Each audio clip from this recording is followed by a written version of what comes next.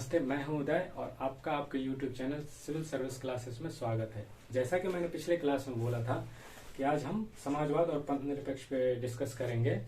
तो समाजवाद पंथ निरपेक्ष इतना बड़ा टॉपिक है कि इस पर दिन भर लेक्चर तो भी कम पड़ेगा। तो हम सिर्फ समाजवाद का अर्थ क्या है और इसका भारत के परिप्रेक्ष्य में इसका स्वरूप कैसा है, इसका उद्देश्य क्या है, ये समझेंगे।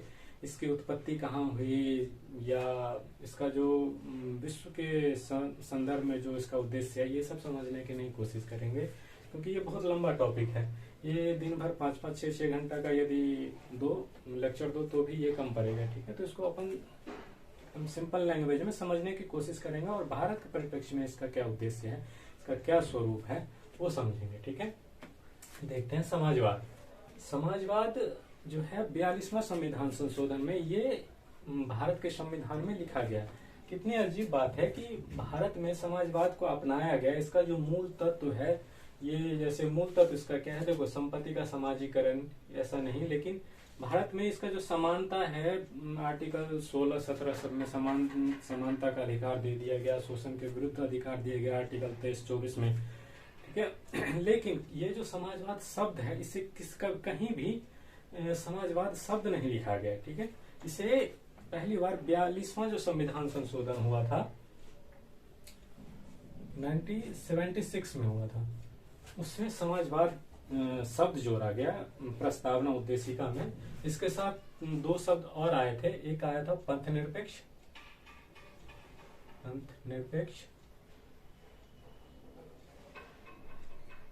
और अखंडता।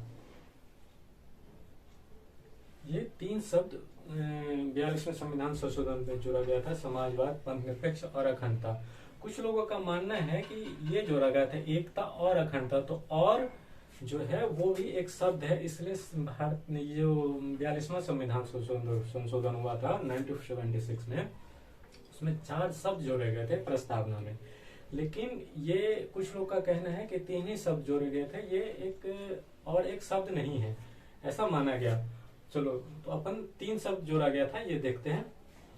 तो समाजवाद, अपन आज समाजवाद को देखेंगे। तो समाजवाद का मूल, समाजवाद 2 शब्द है, एक पूंजीवाद और समाजवाद। तो पूंजीवाद देखते हैं, पूंजीवाद का क्या अर्थ है, समाजवाद में दोनों में डिफरेंस है। पूंजीवाद का अर्थ है कि उत्पादन के जितने भी संसाधन उस पर निजी क्षेत्र का नियंत्रण होना चाहिए, और समाजवाद में राज्य का नियंत्रण होना चाहिए, ऐसा है। तो पूंजीवाद और समाजवाद, और भारत का क्या है, पहले समाजवाद के मूल तत्व को कहते हैं कि आखिर समाजवाद में इनका क्या अर्थ होता है। समाजवाद का जो मुख्य अर्थ होता है, जो मूल तत्व है इसके, जैसे संपत्ति का समाजीकरण होना चाहिए, निजीकरण नहीं होके संपत्ति का राज्य का नियंत्रण होना चाहिए, उसको सभी में इक्वली बांट देना चाहिए। ठीक है, और जैसे समानता होना चाहिए, हर नागरिक पे किसी के पास ज्यादा संपत्ति नहीं होना चाहिए, समान अधिकार, किसी भी तरह का भेदभाव नहीं होना चाहिए, और वंचित और जो भी मजदूर और वंचित वर्ग जो बच जाते हैं, सरकार को उनके कल्याण के लिए कार्य करना चाहिए। शोषण की समाप्ति होनी चाहिए, जैसे हमारा 23 और 24 आर्टिकल में दिया गया है, शोषण के विरुद्ध अधिकार जो दिए गए हैं। कंपनी, फैक्ट्री या इलीगल जो बेगार होता है, जो छोटे छोटे बच्चों को कारखानों में काम करवाया जाता है, उस सबसे मुक्ति मिलनी चाहिए। ठीक है, और ये स्वरूप मार्क्सवाद और समाजवाद, साम्यवाद। तो जैसे गांधी जी का कहना था, गांधी जी का मानना था कि यदि आपके पास जरूरत से ज्यादा संपत्ति है, जिनके पास, उनको अपनी स्वेच्छा से, अपनी इच्छा से लोगों के कल्याण के जरूरतमंदों में बांट देनी चाहिए, ऐसा उनका मानना था।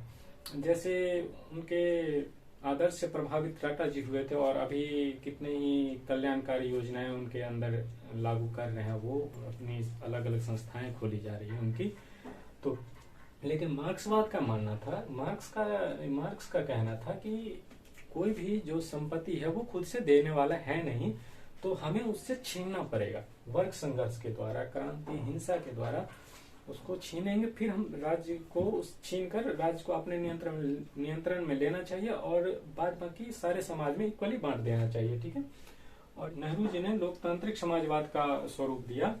जैसे इनका कहना है कि पूंजीवाद में क्या हुआ कि पूंजीवाद का जो निजी क्षेत्रों का नियंत्रण होगा उत्पादन के संसाधनों पर, और समाजवाद में क्या है कि इनका राज्य पे नियंत्रण होना चाहिए। तो नेहरू जी का उन्होंने अपनी एक मिश्रित अर्थव्यवस्था अपनाई, जिसे जिसे लोकतांत्रिक समाजवाद माना गया। तो इनका अर्थ है कि इनका कहना है कि उत्पादन के संसाधनों पर निजी और राज्य दोनों का ही नियंत्रण होना चाहिए। नियंत्रण नहीं बल्कि न्यायपूर्ण वितरण होना चाहिए। जैसे अपन इसमें लिख लेते हैं, उत्पादन के संसाधनों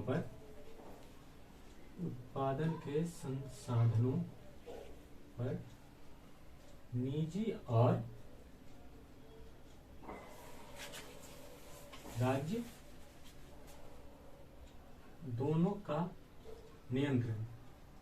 ठीक है, नियंत्रण अर्थ का मतलब है कि न्यायपूर्ण वितरण। ठीक है, जिसके लिए चुनाव संसद के कानूनों द्वारा इसे लागू किया जाएगा। योजनाबद्ध जो समावेशी विकास है, जैसे मोदी जी सबका साथ सबका विकास लेके चल रहे हैं, उसके हिसाब से योजनाबद्ध विकास किया जाएगा। इसे लोकतांत्रिक समाजवाद माना गया। ठीक है, अब हम भारतीय समाजवाद से संबंधित एक केस स्टडी करेंगे। जैसे एक है DS नकारा बनाम भारत संघ, जो 1982 में आया था। इसमें न्यायालय का कहना था कि भारतीय समाजवाद का जो उद्देश्य है वो लोगों का गर्व से कब्र तक सुरक्षा प्रदान करना है। ठीक है, उन्होंने कहा था कि भारत में समाजवाद एक नीति है, कोई विचारधारा। इसका अर्थ है कि भारतीय समाजवाद को किसी निश्चित विचारधारा में बांधकर नहीं देखा जाना चाहिए, बल्कि इसे सरकार की जो व्यवहारिक नीति होती है उसमें ढूंढा जाना चाहिए। ठीक है, अब इसमें न्यायालय ने चार पॉइंट दिए, 4 मत दिए। देखो, इसमें इसका कहना है कि संपत्ति का जो हमारा भारतीय समाजवाद का जो स्वरूप है उसमें संपत्ति का समाजीकरण या निजीकरण नहीं है। इसका मतलब, इसका अर्थ है कि संपत्ति के केंद्रीकरण को रोकना, नागरिकों के बीच आय और जीवन स्तर की असमानता को कम करना, और सभी प्रकार के शोषण को समाप्त करना, और वंचित और मजदूर वर्गों का जो है वो कल्याण करना। ठीक है, इसका अर्थ ये है कि सरकार के वे सभी कार्य समाजवादी माने जाएंगे जिसका संबंध ये समानता को कम करना, शोषण विहीनता को कम करना और वंचित वर्गों के कल्याण से संबंधित होगा। ठीक है, ये था DS नकारा बनाम भारत संघ का एक पॉइंट। ठीक है, अब इस पे एक क्वेश्चन देख लेते हैं। नई आर्थिक नीति, जो वैश्वीकरण जिसको कह सकते हैं, नई आर्थिक नीति ने भारत में समाजवाद को नष्ट करने का कार्य किया है। टिप्पणी करें। इसका आंसर पूरी इसी में छुपा हुआ। अब नई आर्थिक नीति का क्यों ऐसा बोला गया था, इसका क्योंकि नई आर्थिक नीति में प्राइवेटाइजेशन को बहुत ही ज्यादा महत्व दिया गया है। उसमें बहुत ही, जो 1991 में जब ये शीत युद्ध खत्म हुआ तो पूंजीवाद पूरी तरह से हावी होने लगा, सबको लगा कि समाजवाद फेल हो गया है। तो उसमें निजीकरण को बहुत ही ज्यादा बढ़ा चढ़ा के दिखाया गया कि जो है पूंजीवाद है, समाजवाद पूरी तरह से फेल है। तो उसी में कहा गया कि भारत में समाजवाद को नष्ट करने का कार्य किया है। इस पे क्या है, तो इसका क्यों कहा गया कि एक है निजीकरण को बहुत ही बढ़ावा दिया गया। अभी भी मोदी जी का पूरी तरह से यही मतलब है कि प्राइवेटाइजेशन को पूरी एकदम चरम सीमा पे ला रहे हैं, उनको प्राइवेटाइजेशन करने का सोच रहे हैं। जैसे हर क्षेत्र में आप प्राइवेटाइज किया जा रहा है। आप रेल भी आप लीज पे लेके आप उसको चला सकते हैं। हर क्षेत्र में वो प्राइवेटाइजेशन को घुसाए जा रहे हैं। जैसे एक लाल बहादुर शास्त्री जब प्रधानमंत्री हुए थे तो उनका कहना था कि हम प्राइवेटाइजेशन का जो महत्व है वो समझते हैं, लेकिन हमारे समाजवाद का उद्देश्य प्राइवेटाइजेशन नहीं, इनका जो है समानता है, असमानता को कम करना है। ठीक है, ये उद्देश्य है। उसी टाइम में पाकिस्तान में हुआ था, अयूब खान था उसका प्रधानमंत्री। उस टाइम में उन्होंने प्राइवेटाइजेशन को इतने ऊपर पे ले गया था, इतने लोग की 20 से 22 परिवार के अंदर लगभग 50% पाकिस्तान का जो आय है वो सीमित रह गया था। तो उस टाइम में उसका जो अर्थव्यवस्था है बहुत ही धीमी पड़ गई थी। उसी टाइम में लाल बहादुर शास्त्री ने प्राइवेटाइजेशन के महत्व को भी समझा, लेकिन हमारा जो उद्देश्य था उसको भी कम नहीं किया। इसलिए भारतीय जो अर्थव्यवस्था है वो चलती थी, बहुत अच्छे से चली, लेकिन अभी वो पाकिस्तानी वहीं से उनके अर्थव्यवस्था का सत्यानाश हो ही गया। ठीक है। और दूसरा इसका पॉइंट है कि IMF, WTO और वर्ल्ड बैंक जैसी संस्थाओं का जो हस्तक्षेप बढ़ा है, इसमें हस्तक्षेप बढ़ा है और वो जो सब्सिडी जैसे कार्य है उसको कम किया जा रहे हैं। तो यही इनका तर्क है। इसलिए ये कहा जा रहा है कि नई आर्थिक नीति ने भारत समाजवाद को नष्ट करने का कार्य किया है। इसमें हमारा मत क्या होना चाहिए? हमारा मत में, अब देखो, हमारा जो भारतीय समाजवाद है, भारतीय समाजवाद का मुख्य अर्थ संपत्ति का निजीकरण या समाजीकरण नहीं है, बल्कि है इसके केंद्रीकरण को रोकना, संपत्ति के केंद्रीकरण को रोकना, न कि इसका संपत्ति का समाजीकरण और निजीकरण करना। ये हमारा उद्देश्य बिल्कुल भी नहीं है। ठीक है। और दूसरा पॉइंट जो इनका था कि WTO, IMF, वर्ल्ड बैंक जैसे संस्थाओं का हस्तक्षेप बढ़ा है, जिससे सब्सिडी कम होती जा रही है। लेकिन इसके बावजूद भी बहुत सारी सब्सिडियां हैं जो चल रही है। सरकार पानी, बिजली, मुफ्त यात्रा सब करवा रही है, जगह जगह पे लोगों के कल्याण के लिए, वंचित वर्गों के कल्याण के लिए बहुत सारे कार्य किया जा रहा है। ठीक है। समानता, असमानता को कम करना और शोषण विहीनता हमारा भारतीय समाजवाद का मुख्य आधार है, और यही इसकी विशेषता है। ठीक है। इसे किसी विचारधारा में बांध कर नहीं रखा जा सकता। सबसे बड़ी विशेषता हमारे भारतीय समाजवाद की यही है, किसी भी निश्चित विचारधारा में नहीं बांध के रखा जा सकता। मतलब इसमें लचीलापन दिखाया गया है। जो भी यदि प्राइवेटाइजेशन जिस फील्ड में करना होगा हम प्राइवेटाइज करेंगे, यदि राज्य को नियंत्रण करना पड़ा हम प्राइवेटाइज भी करेंगे।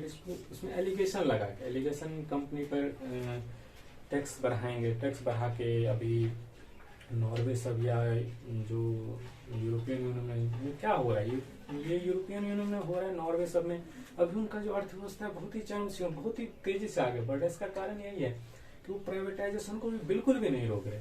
वो प्राइवेटाइजेशन को बोल रहे करो, ठीक है, प्राइवेटाइजेशन को अच्छे से कर, लेकिन ये अपना टैक्स बढ़ा रहे हैं, और टैक्स से जो इनकम होती है वो वंचित वर्गों के कल्याण के लिए, जो उसकी शिक्षा होती है, उनका स्वास्थ्य है, वो हाई लेवल की शिक्षा और स्वास्थ्य दे रहे हैं।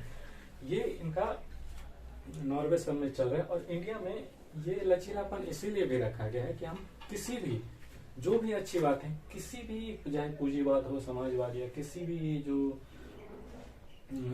यदि वंचित वर्गों के कल्याण के लिए, हमारे भारतीय समाज के लिए यदि अच्छा है, तो उसको हम अपने संविधान में या अपने जो सरकार की जो व्यवहारिक नीतियां हैं उसमें हम लागू करेंगे। ठीक है। चलिए, अब अगला क्लास हम पंथ निरपेक्ष भी एक लेंगे 10 मिनट का। ठीक है। अगले क्लास में हम पंथ निरपेक्ष को डिस्कस करेंगे। चलिए बाय, थैंक यू, आज के लिए थैंक यू, बाय।